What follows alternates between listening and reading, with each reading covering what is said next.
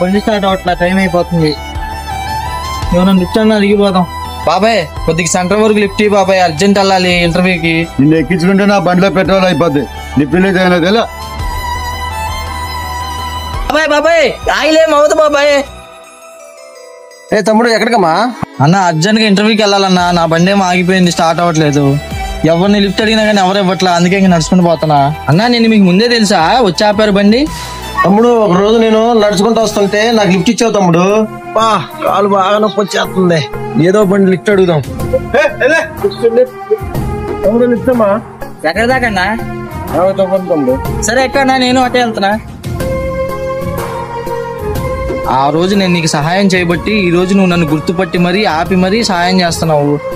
ఒకరికి సహాయం చేస్తే ఆ సహాయం మనకి తిరిగి వస్తుందన్నా. అందరూ అలా ఉంటే చాలా బాగుంటదన్నా. సరే తమ్ముడు ఎక్కువ, నేను తీసుకెళ్తా. సరే